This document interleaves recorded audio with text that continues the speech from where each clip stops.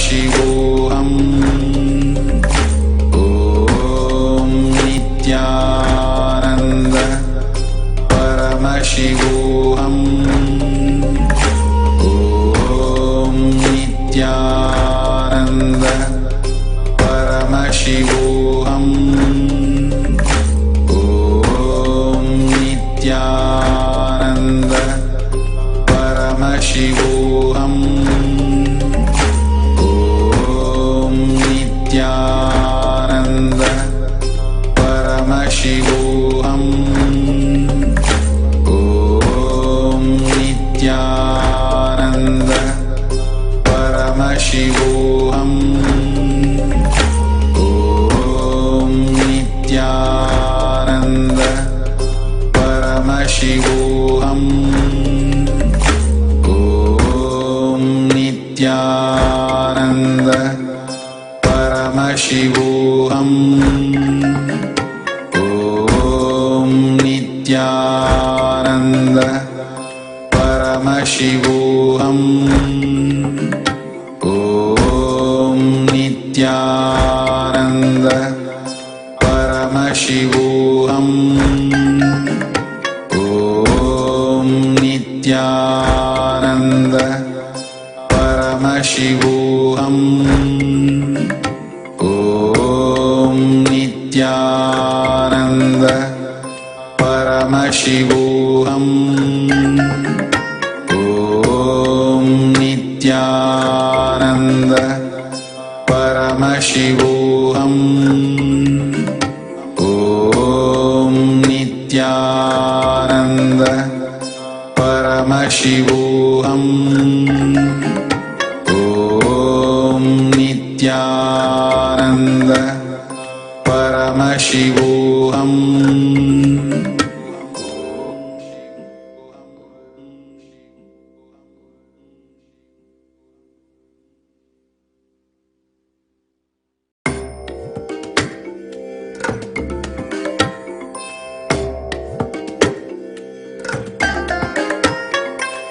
I bless you all. Let you all open all your three eyes and manifest the powers of Mahasadashiva. Om Nithyananda Paramashivoham. Om Nithyananda Paramashivoham. Om Nithyananda Paramashivoham. Om Nithyananda Paramashivoham.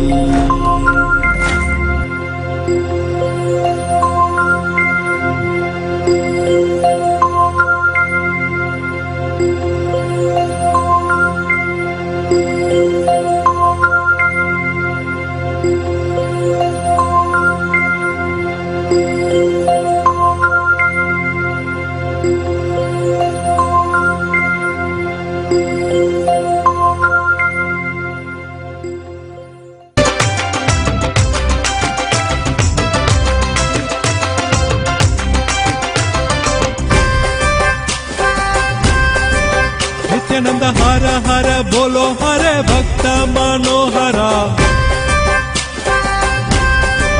Nityanand हर हर बोलो हरे भक्त मनोहरा। तुमको नित्य नट वर लाला, तुमको नित्य दिन दयाला, तुमको नित्य नट वर लाला, तुमको नित्य दिन दयाला। नित्यानंद अनंत नंतन नित्य हर हर बोल हरे ओम। नित्य हर हर बोल हरे ओम।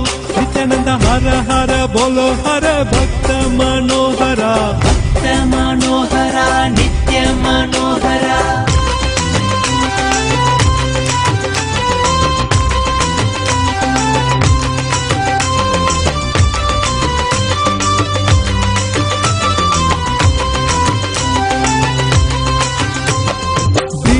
दयाल हरि परम दयाला।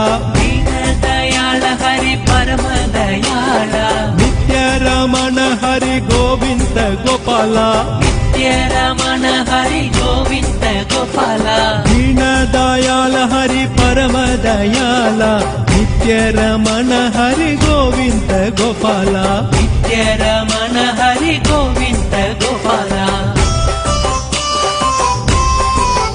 ಹರೇ ನಿತ್ಯಾನಂದ ನಾರಾಯಣ ಓಂ ಹರೇ ನಿತ್ಯಾನಂದ ನಾರಾಯಣ ಓಂ ನಿತ್ಯಾನಂದ ಅನಂತ ನಂತನ ನಿತ್ಯ ಹರ ಹರ ಬೋಲೆ ಹರೆ ಓಂ ನಿತ್ಯ ಹರ ಹರ ಬೋಲೆ ಹರೆ ಓಂ ನಿತ್ಯಾನಂದ ಹರ ಹರ ಬೋಲೋ ಹರೆ ಭಕ್ತ ಮನೋಹರ ಭಕ್ತ ಮನೋಹರ ನಿತ್ಯ ಮನೋಹರ ನಿತ್ಯಾನಂದ ಹರ ಹರ ಬೋಲೋ ಹರೆ ಭಕ್ತ ಮನೋಹರ ಭಕ್ತ ಮನೋಹರ ನಿತ್ಯ ಮನೋಹರ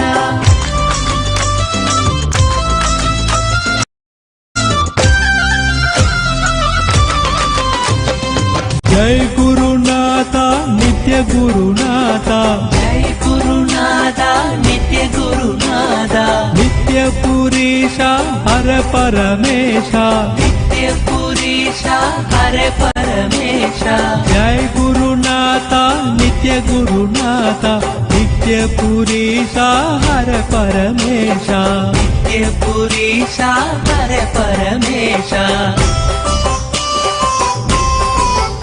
ಹರೇ ನಿತ್ಯಾನಂದ ನಾರಾಯಣ ಓಂ ಹರೇ ನಿತ್ಯಾನಂದ ನಾರಾಯಣ ಓಂ ನಿತ್ಯಾನಂದ ಅನಂತ ನಂತನ ನಿತ್ಯ ಹರ ಹರ ಬೋಲೆ ಹರೆ ಓಂ ನಿತ್ಯಾನಂದ ಬೋಲೋ ಹರೆ ನಾರಾಯಣ ಗೋಪಾಲ ಹರ ಹರ ಬೋಲೋ ಹರೆ ನಿತ್ಯಾನಂದ ಗೋಪಾಲ ಹರ ಹರ ಬೋಲೋ ಹರೆ Nithyananda Gopala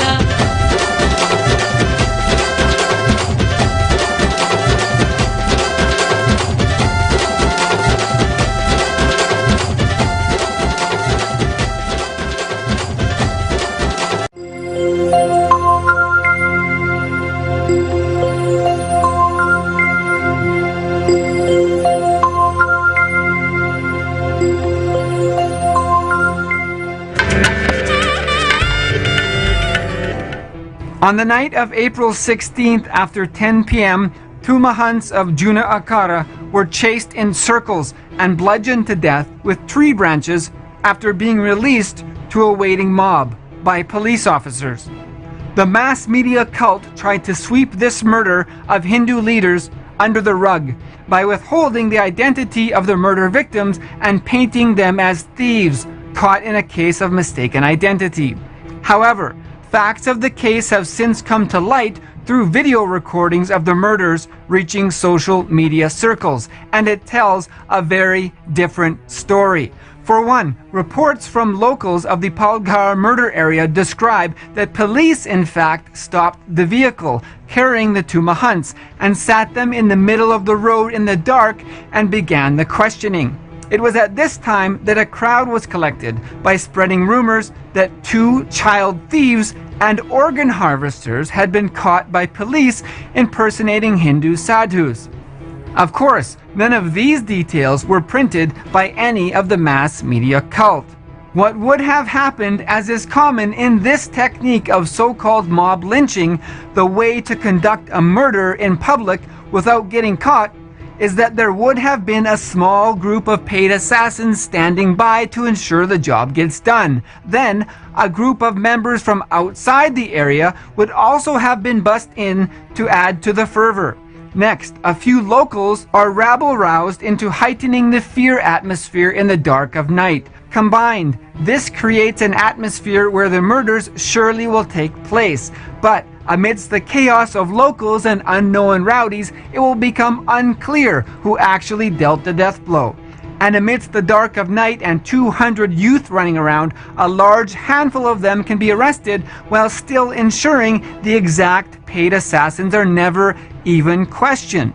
This is quite a hard scenario for some to swallow who prefer to like TikToks and Instagram posts as news, no doubt. But do we really need any more evidence of the lengths to which the conspiring murderers of Hindu saints will go to successfully eliminate their targets?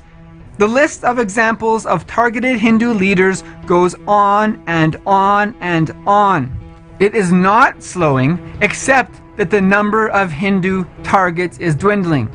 Even media is proving too bored to talk about it, and even common people simply tweet in anger and then move on to the next. But what will we ever do about it? Will we ever stand up for the peaceful solutions needed for humans? Is there a better science anywhere with proven solutions for all humanity? How will we justify the thousands of gurukuls, thousands of saints, and thousands of temples destroyed before our eyes now? And later lament, possibly to our children, that the strengths of Hindu lifestyle have been lost forever? Is it not the time to do something now, when a 35-year-old promising Mahant of Juna Akara is successfully eliminated in a video recorded assassination? And the mass media cult tries to systematically avoid reporting on it? Do we need more evidence and more motivation, or a hope that the consumeristic lifestyle will somehow magically become fulfilling in the future? When we have eaten all the fish and polluted all their rivers, is it only then we will agree that money cannot be eaten and it's not giving fulfillment? We are facing the emergency decision now to protect and preserve the needed solutions of Hindu life and the spiritual lifestyles for all of humanity. Will we simply click like, swipe up, and scroll and watch Hinduism be bludgeoned to death until we finally all just get bored and stop noticing? Add your voice now to the growing need to dedicate to Dharma, the spiritual lifestyle and solution for all ailing humanity. Stand up for the solutions and make a dedicated difference starting now. Click sign up at facebook.com/apatsanyas.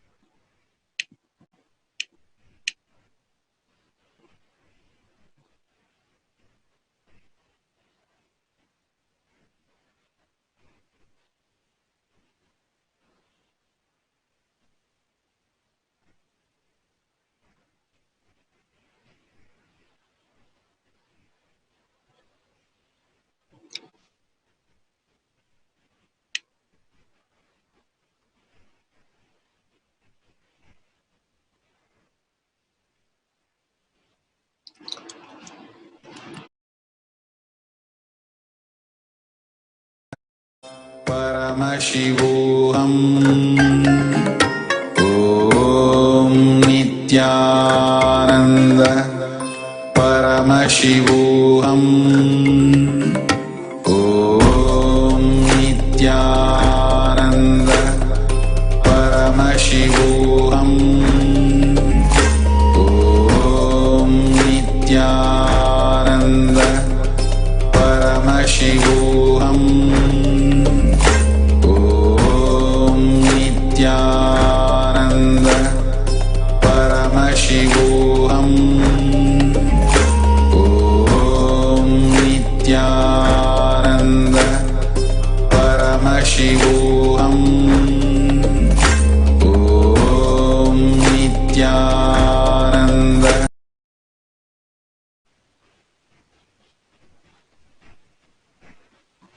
नित्यानन्दं परमसुखदं केवलं ज्ञानमूर्तिं द्वन्द्वातीतं गगनसदृशं तत्त्वमस्यादिलक्ष्यम् एकं नित्यं विमलमचलं सर्वधी साक्षिभूतं भावातीतं त्रिगुणरहितं सद्गुरुं तं Namami.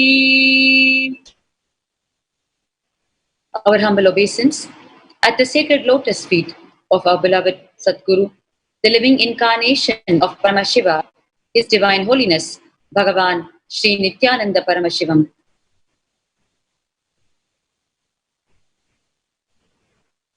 Nithyanandam, we welcome each and every one of you gathered from all over the world for today's Darshan and Nithyananda Satsang, the everyday morning discourse by Swamiji, His Divine Holiness, Bhagavan Sri Nithyananda Paramashivam, the living incarnation of Paramashiva. We have been continuing to hear Swamiji's discourse on truths related to the current situation we are first facing worldwide in the form of the COVID-19, and Swamiji has been delivering the Kailasa's recommendations and views, the Hindu solutions for life post-COVID-19. Before we move further into the segment, we request each of you to kindly share this live feed through which you are watching so that more and more people can connect and listen to these truths and listen to the truths directly from Swamiji while he is delivering it. It is very important because today we are understanding that the solutions for what we are facing in our individual lives and as a global community lies in the higher truths, the cosmic principles, which is exactly what Hindu Dharma is teaching, which is why it is called Hindu solutions. Because Hinduism is not a religion as we know it in the conventional sense. Hinduism is a science of enlightenment, and therefore it belongs to the entire global community. Its teachings are universal and in alignment with the cosmic principles. And the main cosmic principle, which is let us coexist, has been violated rather violently over the past hundreds of years, the culmination of which we are facing today in each of our individual lives as the disaster in the form of the COVID-19. It is just not a mere virus or a disease to do with the physical health condition. It is the outcome of the collective negativity, the collective abuse that we have done in violating the principle, the cosmic principle of let us coexist. And delivering the Hindu solutions for life post-COVID-19, Swamiji has so beautifully revealed the deep connection between the individual and global disasters we face and the violation of the cosmic principles that we have been doing. And he has been revealing to us, especially the cosmic principle of let us coexist and celebrate together, and the cosmic principle of non-violence, ahimsa, where human beings need to stop deluding themselves into thinking that we have a right over the other to kill. Planet Earth belongs to all creatures and beings, not just to the human race. And it is the Hindu incarnations and gurus who have been repeatedly giving us these Hindu solutions, which we have been ignoring for a long time. We have been persecuting the Hindu incarnations and gurus instead of receiving their truths. Today, globally, the solutions that are even being given for the COVID-19 virus is from the Hindu solutions, whether we realize it or not, starting from the advocating of yoga, which is one of the chief sciences of Sanatana Hindu Dharma. Thus, all the solutions that are being advocated today are from the Hindu solutions. Therefore, we need to wake up sooner rather than later that Hinduism is not a religion, but it is the very science of living together in high frequency of consciousness on the planet and experiencing life at a very high frequency. Therefore, it becomes very important to stop continued persecution against Hindu gurus and incarnations and start looking into our life, how to live it peacefully in alignment with the cosmic principles. The history of persecution of Hindu incarnations and gurus runs to thousands of years. In the very strong and powerful satsang that we heard from Bhagwan just 2 days ago, there was a very deeply painful but strong clarion call from him, explaining to us so clearly how for thousands of years the persecution, the Hindu Holocaust has been happening. And he was talking to us in the context of the most recent, the 5-day-old brutal murder of 2 Hindu sannyasis who belong to the Akhada Parishad Panch Dashnam Juna Akhada, and they were brutally lynched and beaten to death by the terrorist elements in Maharashtra's Palghar village. But the narratives in the mass media cult have already started saying that they were thieves who were beaten to death by the villagers. Neither were they thieves, nor those who beat them to death were villagers. They were Hindu sadhus who were only contributing to humanity with the Hindu truths and other socio-spiritual services, and not the people who beat them were villagers. They were people who were part of the planned death of these sadhus. They were employed people who were supposed to execute the assassination, the brutal murder of these sannyasis. It becomes very important to study the Hindu Holocaust, because the solutions of Hindu Dharma is what is going to help us today. And the Hindu Dharma solutions is the mother of various other, the truths of various other religions today. We are now going to take this time off to study and understand the Hindu Holocaust and its history, so that we will stop it and start experiencing the higher truths in our life. Joining us today in this segment are our sannyasis, Nithya Achalananda Swami, Nithya Jayananda, and Nithya Atmananda Swami. Before that, let us watch that very powerful satsang we heard from Bhagwan just 2 days ago, explaining to us for our own good, for the good of humanity, what will happen if we continue the persecution against the Hindu gurus and incarnations who have always come and are coming and are here today with us to save humanity.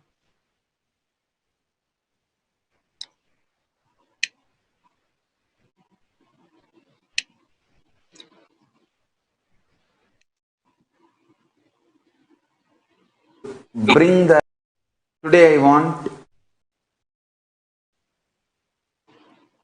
to bring the attention of the whole world to this continuous Hindu Holocaust happening in India and many countries, especially in India. Understand? First thing, I wanted to put this on record. I strongly condemn mob lynching of two my own sampradaya. Sadhus belong to Akhada Parishad Panch Dasnam Juna Akhada Sadhus, and the assistant driver of those sadhus.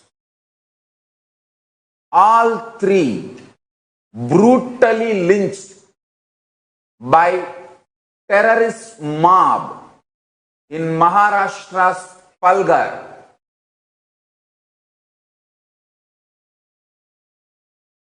India's independence has no way made we sadhus safe. Hindu leaders, Hindu sadhus getting mob lynched, killed is 1,000-year-old regular happening, and India's independence has no way made us safe or stopped this continuous persecution. O Hindus all over the world, I beg you all with humbleness, please wake up to this truth. Please wake up to this reality.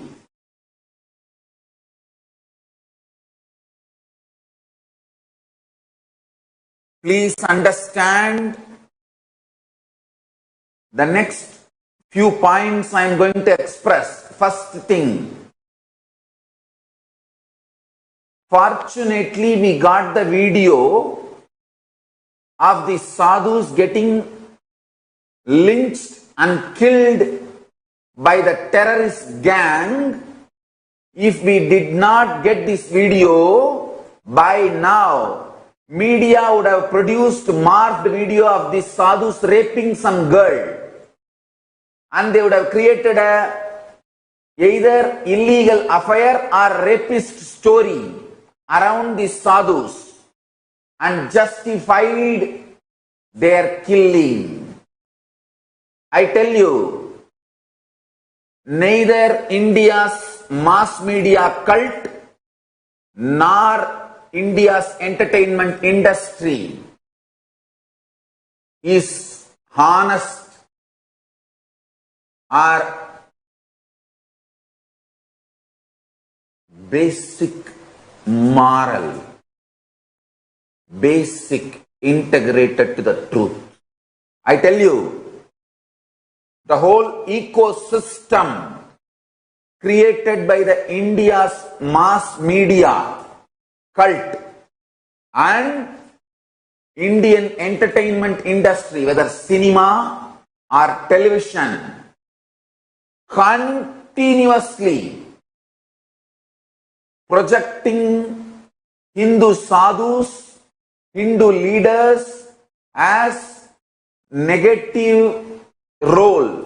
Continuously Hindu sadhus and Hindu leaders and the Hindu way of dressing up is projected as villains, characterless, cheap comedians, so much of hate speech, directly, indirectly, subtly and brutally. The grand narrative, Hindu leaders and Hindu sadhus are anti-social, illegal, immoral, need to be eliminated as early as possible. The grand narrative is already built so strongly.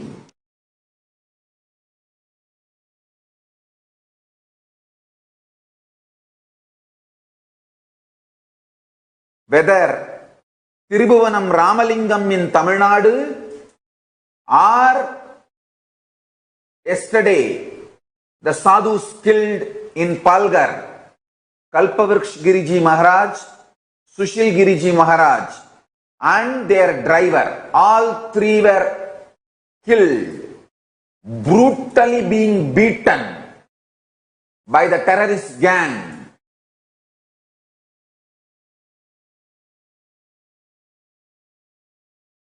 But I tell you, I am telling you, O Hindus, we need to wake up to this.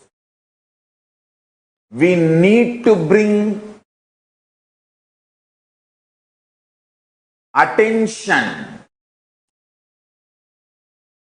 of the whole world.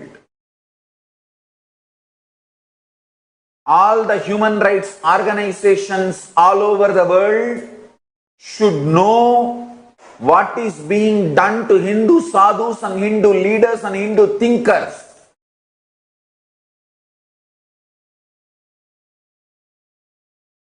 Outside India, constantly Hindus are projected as aggressors and terrorists by Indian media. Understand this dangerous ecosystem built in India by mass media cult and the entertainment industry. The funding, training and the whole ecosystem of mass media cult and entertainment industry, television, TV serials and cinema The whole ecosystem is absolutely anti-Hindu. Look at any movie, villain, the negative characters will have Hindu symbols brightly established, presented on their bodies, but never heroes. Heroes will not have any symbol of Hinduism. If you see the percentage, less than 1% only heroes will be wearing Hindu symbols. 99% only villains will be having Hindu symbols. Constantly brainwashing the society. Hindu sadhus are criminals and worst. Grand narrative is built against Hindu sadhus and Hindu thinkers, Hindu leaders. If we did not get the video of Tirubhuvanam Ramalingam,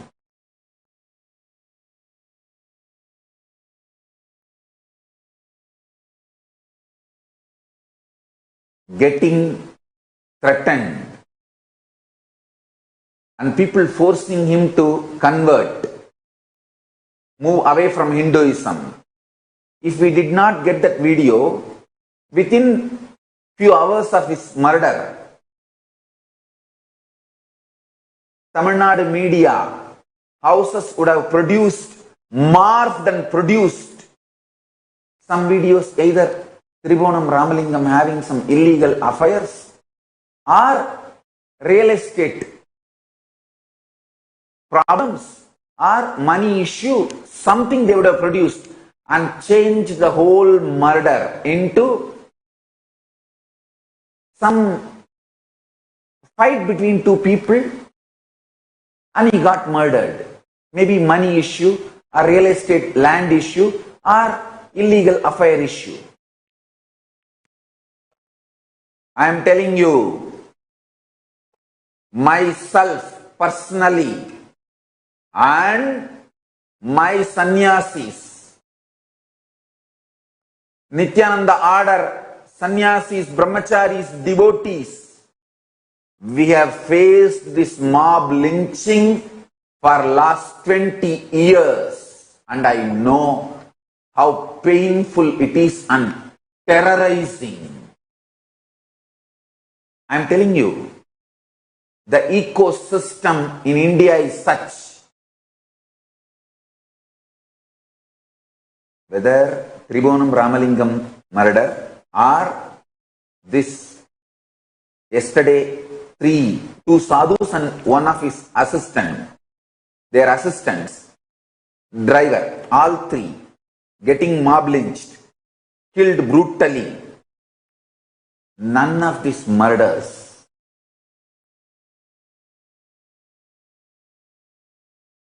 neither the world will remember nor there will be any justice. Nobody will be convicted. That is the way things happen, I tell you. Or two minimum. I am collecting the statistics, data, analyzing. Literally 99.9% will go scot-free. The whole ecosystem is such. I tell you, unless we Hindus wake up to this truth and get the international attention, politicians will have their own priorities. Even politicians are not going to attend to you. Politicians will have their priorities.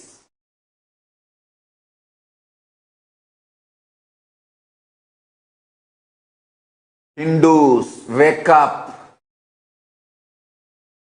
Politicians are not going to attend to you unless you get the international attention. to this continuous Hindu Holocaust.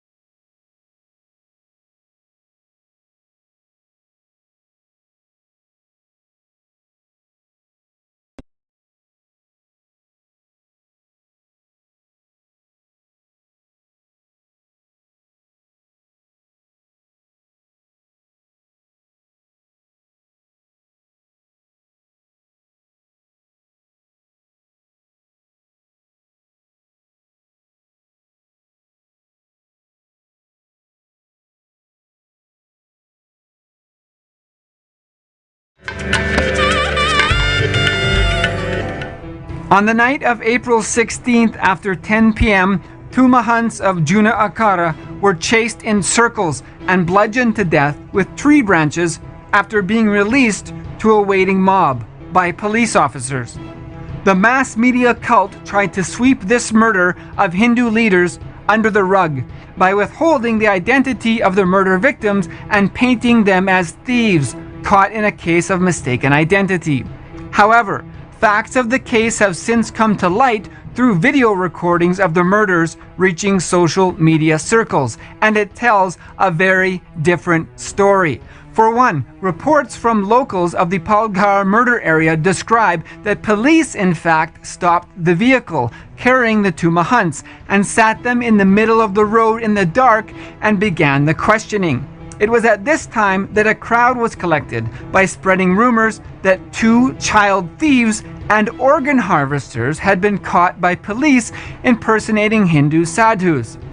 Of course, none of these details were printed by any of the mass media cult.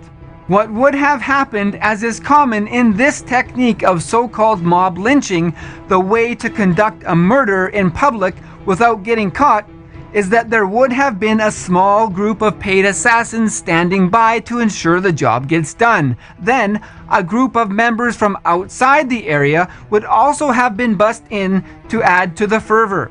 Next, a few locals are rabble-roused into heightening the fear atmosphere in the dark of night. Combined, this creates an atmosphere where the murders surely will take place. But amidst the chaos of locals and unknown rowdies, it will become unclear who actually dealt the death blow. And amidst the dark of night and 200 youth running around, a large handful of them can be arrested while still ensuring the exact paid assassins are never even questioned. This is quite a hard scenario for some to swallow who prefer to like TikToks and Instagram posts as news, no doubt. But do we really need any more evidence of the lengths to which the conspiring murderers of Hindu saints will go to successfully eliminate their targets? The list of examples of targeted Hindu leaders goes on and on and on. It is not slowing, except that the number of Hindu targets is dwindling. Even media is proving too bored to talk about it, and even common people simply tweet in anger and then move on to the next. But what will we ever do about it? Will we ever stand up for the peaceful solutions needed for humans? Is there a better science anywhere with proven solutions for all humanity? How will we justify the thousands of gurukuls, thousands of saints, and thousands of temples destroyed before our eyes, now, and later lament possibly to our children, that the strengths of Hindu lifestyle have been lost forever? Is it not the time to do something now when a 35-year-old promising Mahant of Juna Akara is successfully eliminated in a video-recorded assassination? And the mass media cult tries to systematically avoid reporting on it? Do we need more evidence and more motivation, or a hope that the consumeristic lifestyle will somehow magically become fulfilling in the future? When we have eaten all the fish and polluted all their rivers, is it only then we will agree that money cannot be eaten and it's not giving fulfillment? We are facing the emergency decision now to protect and preserve the needed solutions of Hindu life and the spiritual lifestyles for all of humanity. Will we simply click like, swipe up, and scroll and watch Hinduism be bludgeoned to death until we finally all just get bored and stop noticing? Add your voice now to the growing need to dedicate to Dharma, the spiritual lifestyle and solution for all ailing humanity. Stand up for the solutions and make a dedicated difference starting now. Click sign up at facebook.com/apatsanyas.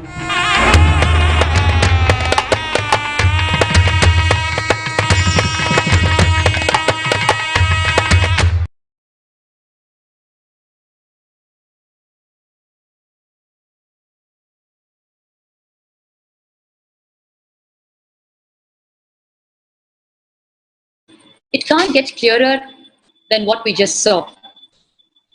That powerful satsang, the clarion call, which we heard from Bhagwan, and the news item that we just saw in front of us, the brutal beating and killing, murder of the two sadhus. The narratives are already saying they were thieves beaten to death by villagers. Whereas, just because we have the actual videos with us today, when the whole murder actually happened, we're even able to juxtapose the two and explain to everyone exactly what happened. Otherwise, this will just go down silently in the annals of the Hindu Holocaust history, and people will never get to know the truths behind this. So it is not just history of Hindu Holocaust, it is what is happening today. This incident happened just 5 days ago on the 16th of April. So it becomes very relevant to each one of us today, that it is very much part of our life today. And if we don't stop the persecution of Hindu gurus and incarnations, we are going to continue to face the consequences in terms of some disaster or pandemic or the other. Therefore, we will now give a brief overview of the Hindu Holocaust and understand how this whole science of persecution has been working and how it has been repeating, but we have been blissfully oblivious to it. We have neither been exposed to it, and therefore we have never understood it. We only know what is being reported. And what is being reported is never what it is. I now invite Nithya Nithyananda Swami, our sannyasi, to start explaining the history of Hindu Holocaust for the best understanding of the viewers. Nithyanandamma. Nithyanandam. The Hindu Holocaust is something that's been happening over the years, over the decades, over the centuries.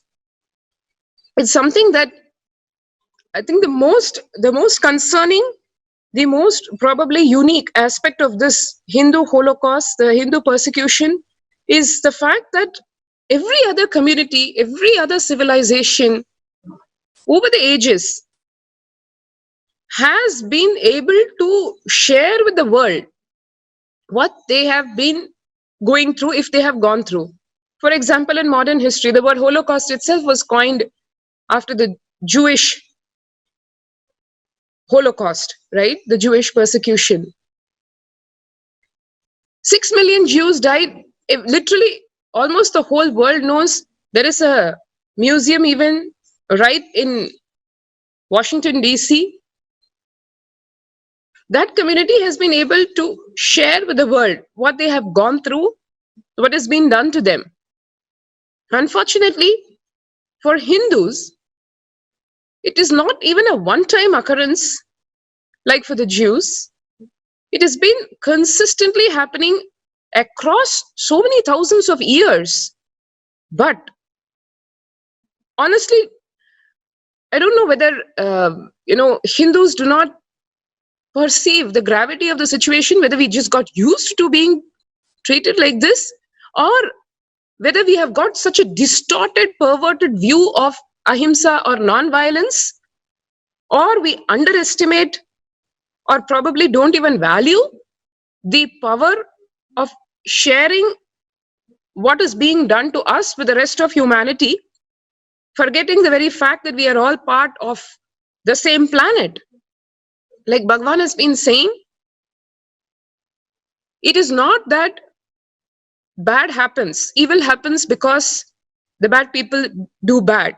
It is because the good people do not do the good. As far as Hinduism goes, it's so true.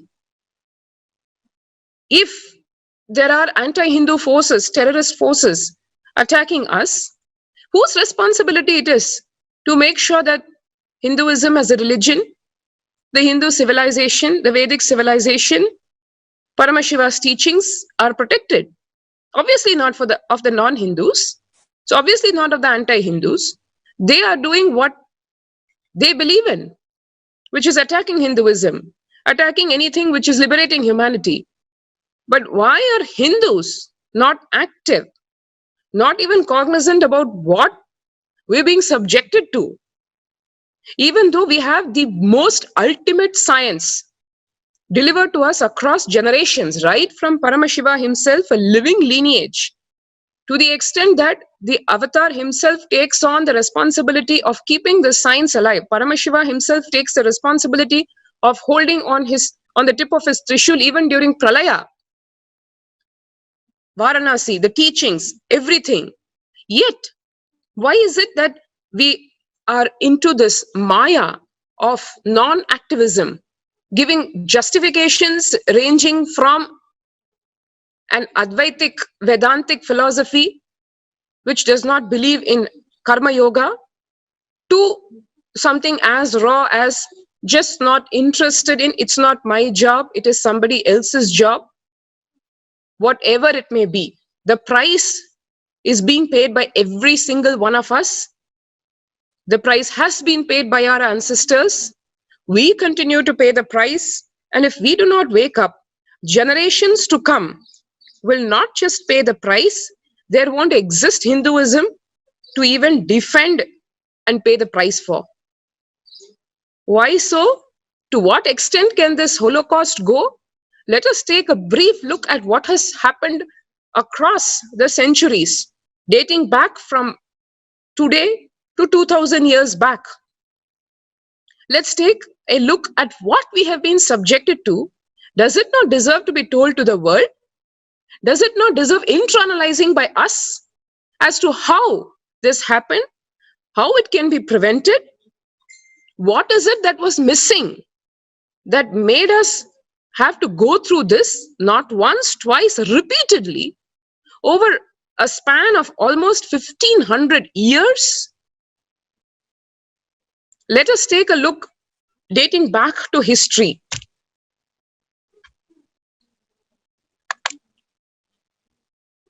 Here I am on the first slide. As you can see, first thing that we need to understand is what is Hinduism's uniqueness, significance? What is it that Paramashiva really made this whole existence, this one-to-many manifestation for, and how that applies to us in our day-to-day life, in our Charyapada, in our lifestyle. Hinduism has 5 pillars, broadly. Temples, which is really the home of this whole lifestyle. It is not just where the deities exist as living archavataras, living energies, with the prana pratishtha done by a living incarnation, and which preserve the energy for thousands of years, radiate that energy till the next avatar happens. Gurukuls, our learning centers, not just schools like modern schools, which either do just rote learning or just teach us to harness the power of the mind, which is just one minuscule aspect of human capability. But Gurukul exists to have that, literally that transmission, both through words and through communion, from the Guru to the disciple, to the Shishya. And the Guru makes the disciple literally flower uniquely and experience his or her peak potential, which is not capped by what he or she believes in, but which is literally experiencing the ultimate for every single being, experiencing and radiating his or her realization of Paramashivatva. The third, libraries, Jnanalayas, which are home to this entire knowledge, which are the repositories of this whole knowledge, which has come down to us from Paramashiva through, in the form of the Veda Agamas, and so many of the commentaries and the scriptures which are based on them, which has been transmitted down the ages through the rishis, munis, which has been preserved in various forms, be it palm leaves or in today's modern world in the form of books and even electronic media, digital storage. These are literally the notes. So when the living avatar happens, these notes become alive in the sense of the avatar breathes life into these notes and makes what is explained in them to be a living lifestyle for every single person. The fourth, Goshalas, the home to the sacred cow. As we know, Hinduism considers the cow as a very sacred being, literally home to thousands of deities in her very own body. Every product of the cow is sacred and is used to have a healthy body and a non-violent lifestyle, because when the cow's muscle memory is such that when we take care of the cow, the very touch is healing.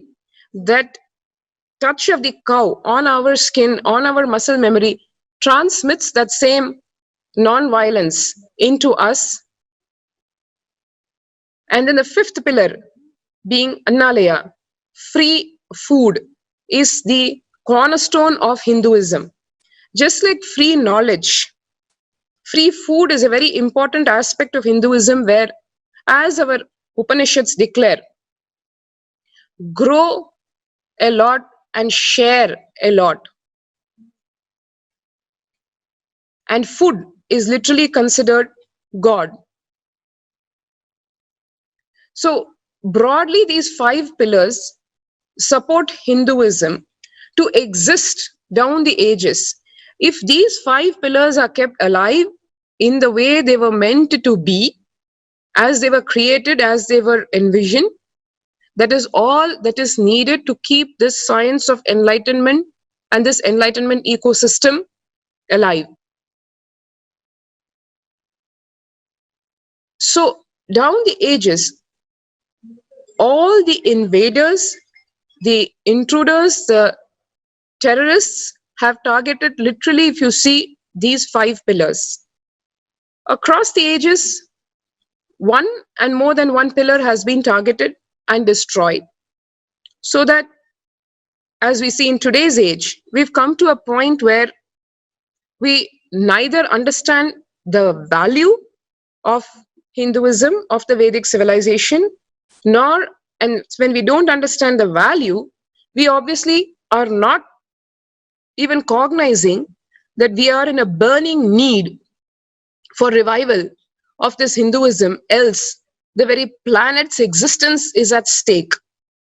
It is not just a religion, it is literally survival need at this point in time. That need that understanding has not even hit us, when actually the situation, the reality is such that it should be actually gut-wrenching to have to see what we saw in the last few days as to what is happening to the people who have dedicated their lives to living this Hindu lifestyle, the sadhus, the monks.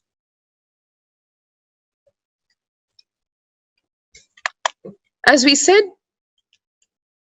these 5 pillars, literally the unique and probably the vulnerable aspect of these is that every single of these pillars needs us to pour our life energy into keeping them alive. Whether it is huge stone temples which need the whole civilization, whether it is a country or a city, the whole population needs to understand the significance of it and therefore pour their time, energy, money, life into building that structure, preserving that structure, keeping it alive, as in making that Vedic lifestyle alive daily in that, through performing the rituals, through engaging with people.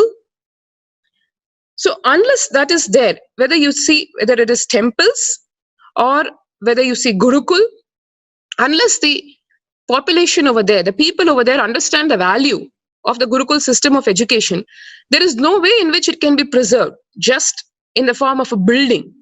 It requires people to understand the value of life, the purpose of human life, which is, as Swamiji said, the first and the only priority of human existence is to realize Paramashivatva. But today, that is not even there as a cognition in mainstream society, be it Hindus or non-Hindus. The materialistic mindset has literally occupied us so much, to such an extent that, as Swamiji said, literally nature, cosmos, has to use a shastra like Corona as a shastra to make people realize we have done too much damage to Mother Earth, too much damage in our lives, to our consciousness, to the very fabric of society. More than this, if it is allowed to go, we will really destroy this planet. Same way, if you see whether it is libraries, goshalas, everywhere it is actually the life that we pour in that keeps that pillar standing. It is not like some other ideologies or structures which can just be documented in some books or carved on some stone, because all those structures are dead.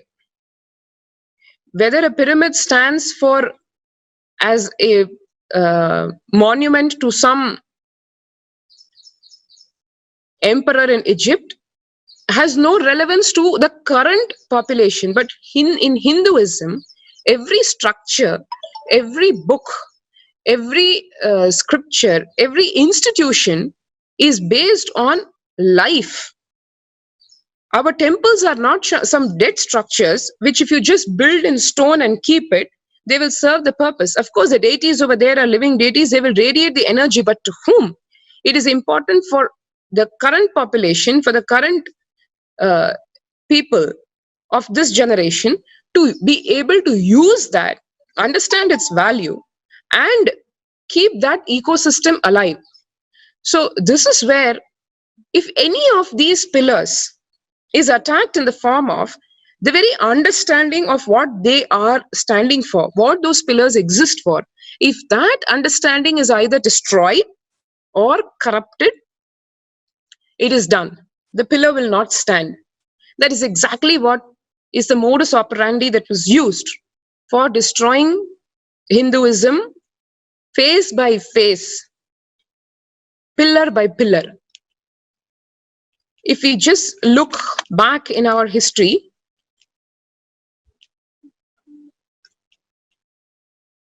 more than 500 million Hindus have been killed, massacred, raped. This number is important for us to understand because just juxtapose the Jewish Holocaust, which happened in this very century, the 20th century rather, sorry, not the 21st, hardly a century back, 6 million people massacred versus a whopping staggering 500 million, not just physically killed, their lives devastated, they massacred brutally, sometimes even led to literally be tortured for hours or days before they succumb to death. The women molested, raped. It's a destruction of a whole civilization and 500 million victims. But no documentation of any of this. Nothing comes in our history books. Nothing is spoken about on television. If at all, there is a small segment of the population that gets involved in social media, forms some groups, shares what has been done, with hardly any action element, so to speak, as to how to prevent this from continuing. Because the majority of the population does not even understand that it is still happening in our very lives and we are supporting it, not only passively, but many, many times actively. If you just look at how the world existed way back, from 3200 CE, 56 Hindu kingdoms existed. From the time of Devi Meenakshi, where the whole planet was literally living the Vedic lifestyle, even as recent as 3000 CE, 56 Hindu deshas, kingdoms existed. And if you look at just about 10 years back from today, even in 2000, as early as 2007, 13 years back, no Hindu nation existed on this planet.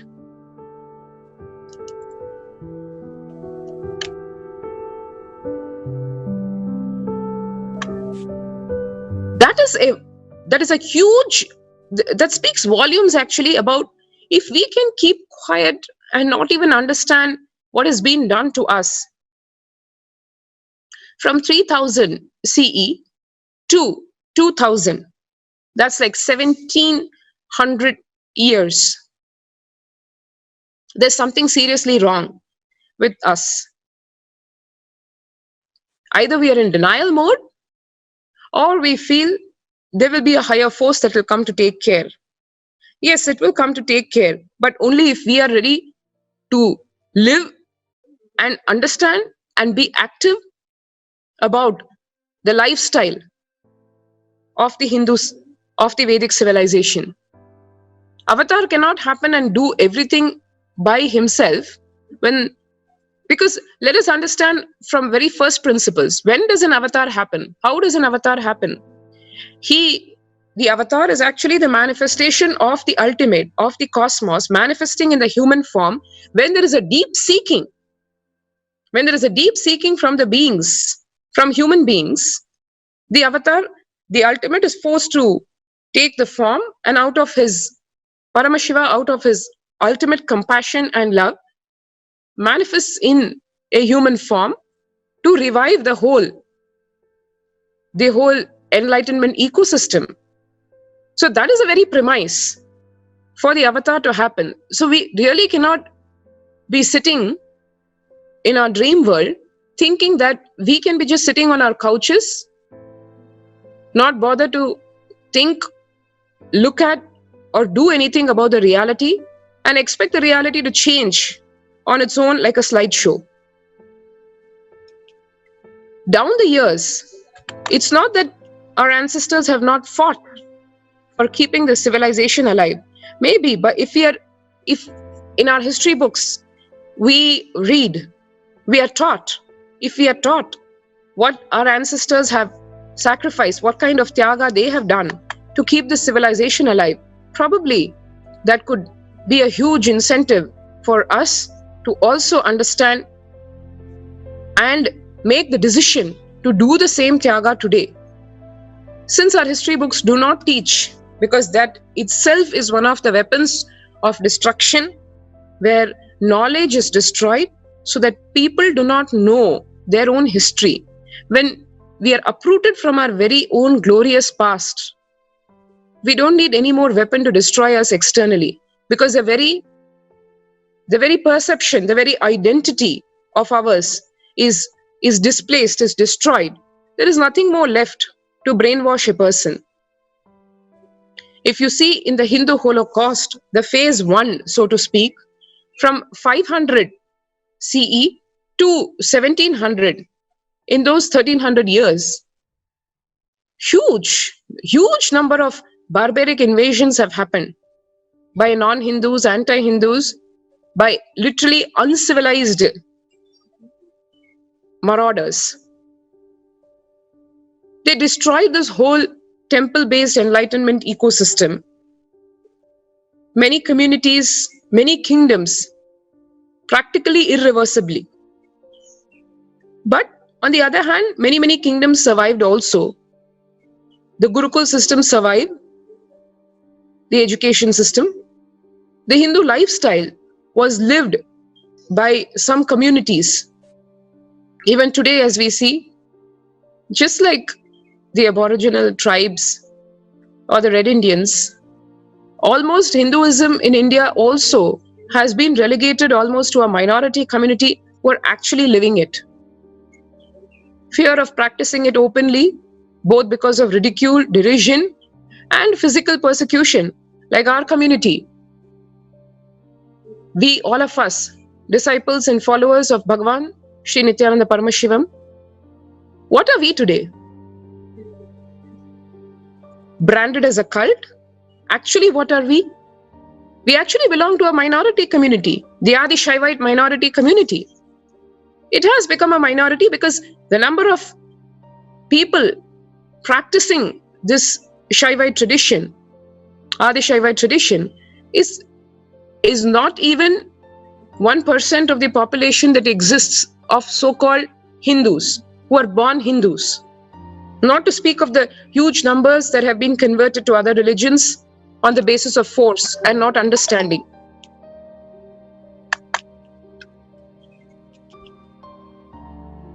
If we just take a closer look at what all has happened, what all has been done across the ages, it will give a very detailed, painful, and awakening insight into what is in store for us if we do not wake up now. It may not be the same kind of gross atrocities committed physically, but it will be the exact same effect, masked. The veneer will be a sophisticated persecution, as was done to Bhagavan and his disciples. The veneer will be sophisticated, but beneath the veneer will be much more gory, gross persecution physically than has happened across the ages.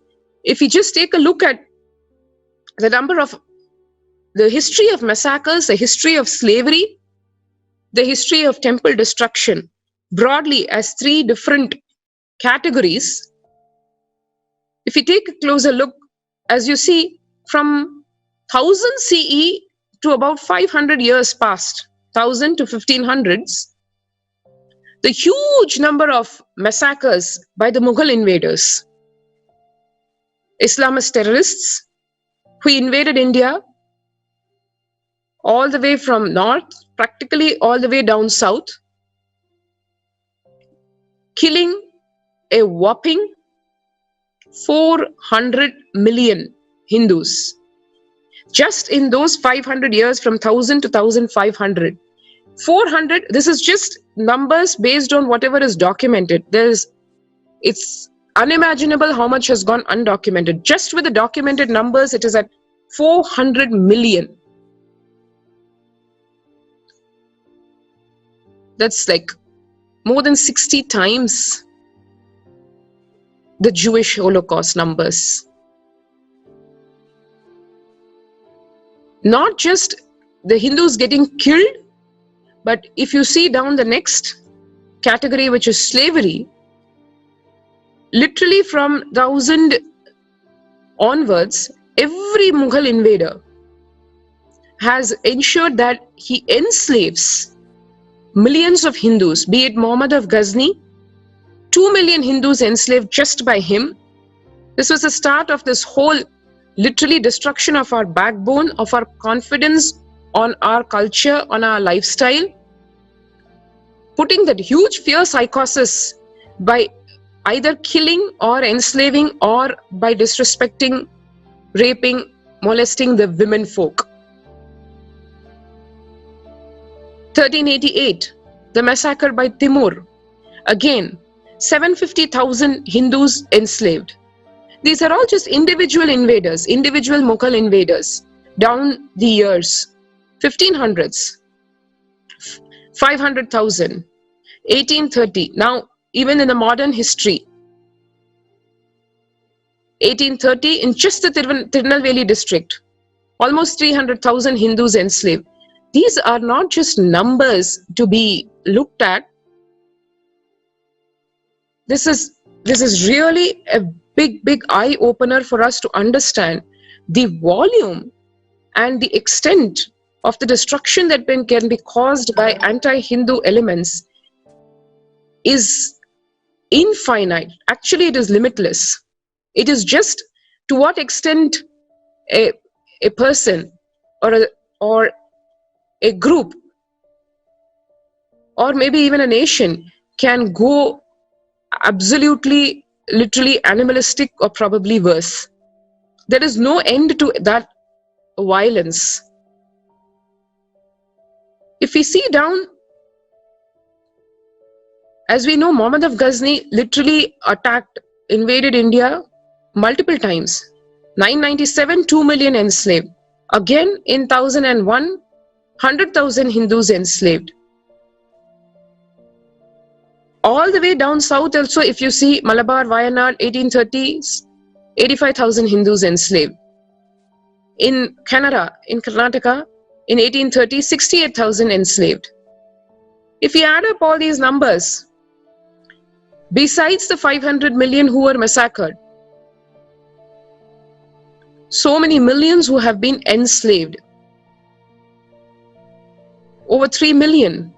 That's a huge number which has been consistently subject to a destruction of their own personal identity, besides the destruction of their physical bodies by sheer murder. And then comes, in the same period, very cunningly, very strategically, destroying the very basis of not only our own civilization at that time, but also ensuring that the knowledge, the lifestyle, the very power is exterminated. That living lineage, destroying that by destroying our temples, our storehouses, literally our nuclear reactors of divine energy. They were targeted and destroyed right from 500 CE to 1800 CE, where a whopping 2,000 temples, and these are not obviously small structures like modern temples. They are huge structures in stone which have been built by our kings over hundreds of years, where generations of people, generations of the society have given their lives, the peak of their youth, to build these massive sacred structures. 2,000 temples destroyed and converted to mosques. And these mosques still exist. And many of these deities, our living deities, living energies, the Archavataras, have actually, even today, they lie buried under the stairs of these mosques. This is not some mythical story. It is actually from hardcore research. The reference is also there, where Sitaram Goyal's research shows some of these unimaginable atrocities and targeted persecution. Just in Bangladesh, 1992 to 1993, just in a year, 1,000 temples have been destroyed. That is modern history. It across the centuries, right up to today, this destruction of temples still continues, not only outside India, but even today inside India. The Goan Inquisition in 1500s, where the government, at that point, the Goa government implemented laws which even prevented the repairing of the temples. By 1569, practically all 100% of the temples in Goa were destroyed. And this is as per the archives of the Portuguese themselves, who were ruling Goa then. So if we see, even in modern history, after the Mughals came the British, amongst the major set of invaders who have invaded this Indian subcontinent.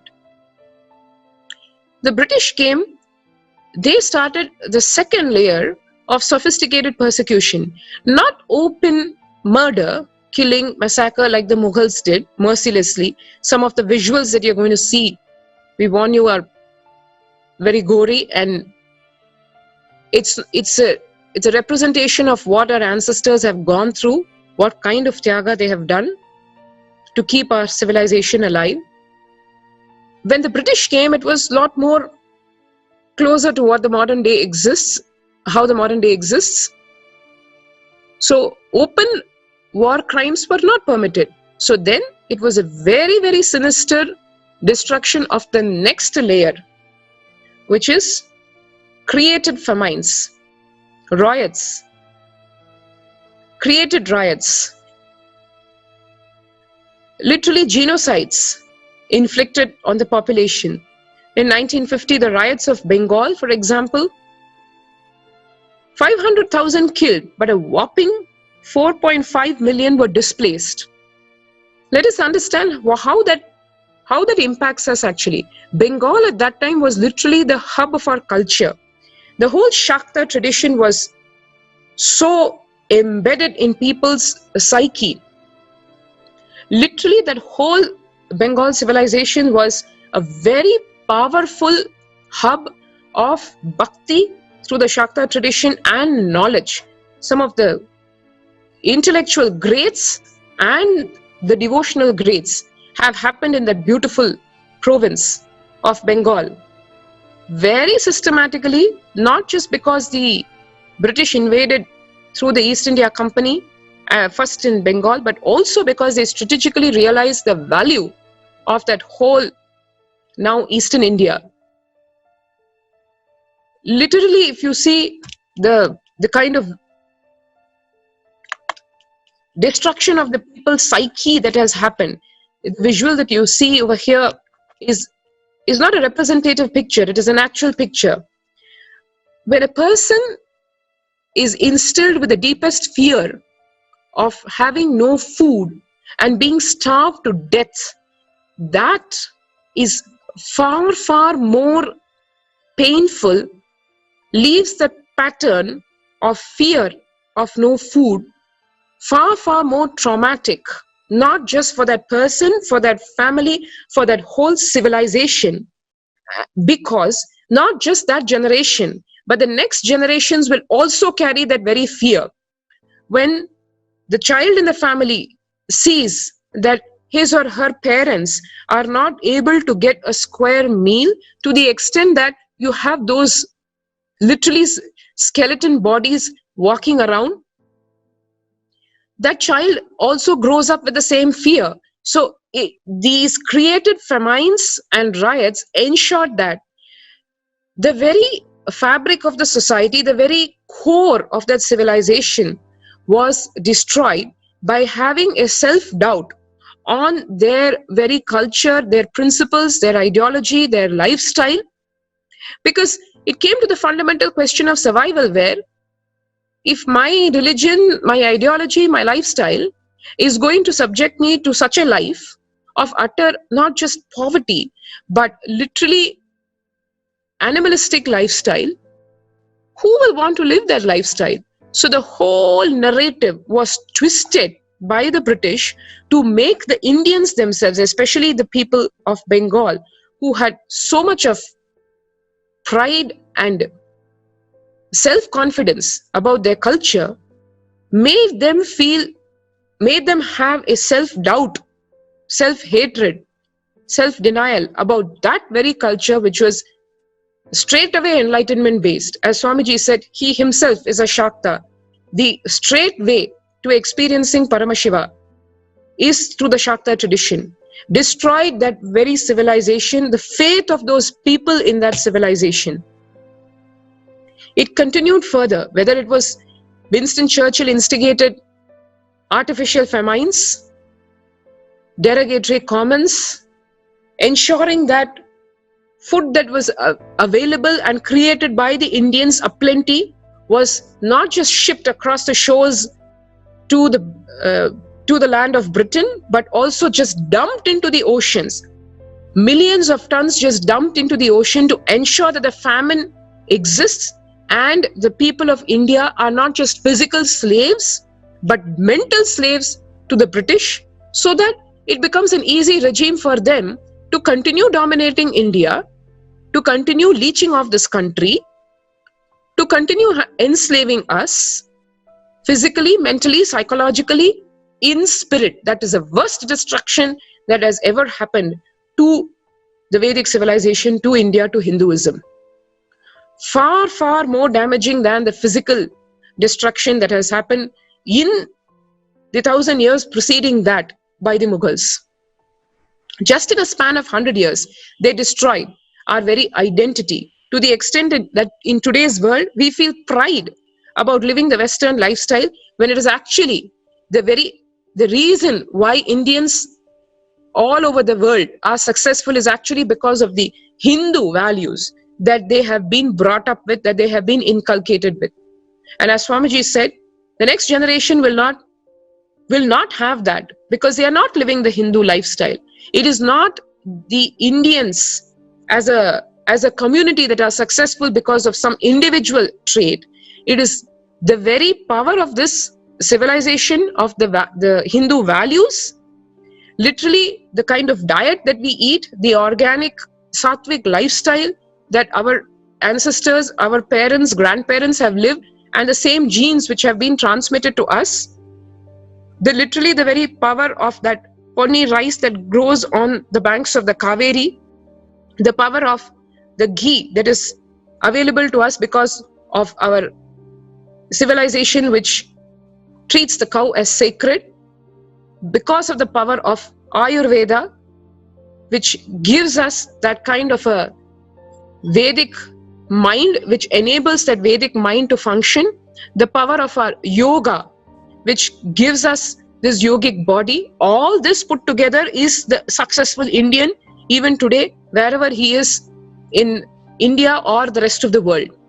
When that is uprooted, when that is not lived, there is no way that there is going to be any differentiation between the Indians who are so successful in so many fields versus the other civilizations which are still struggling with not just physical problems but unexistent mental problems, be it depression or anxiety, stress, whatever.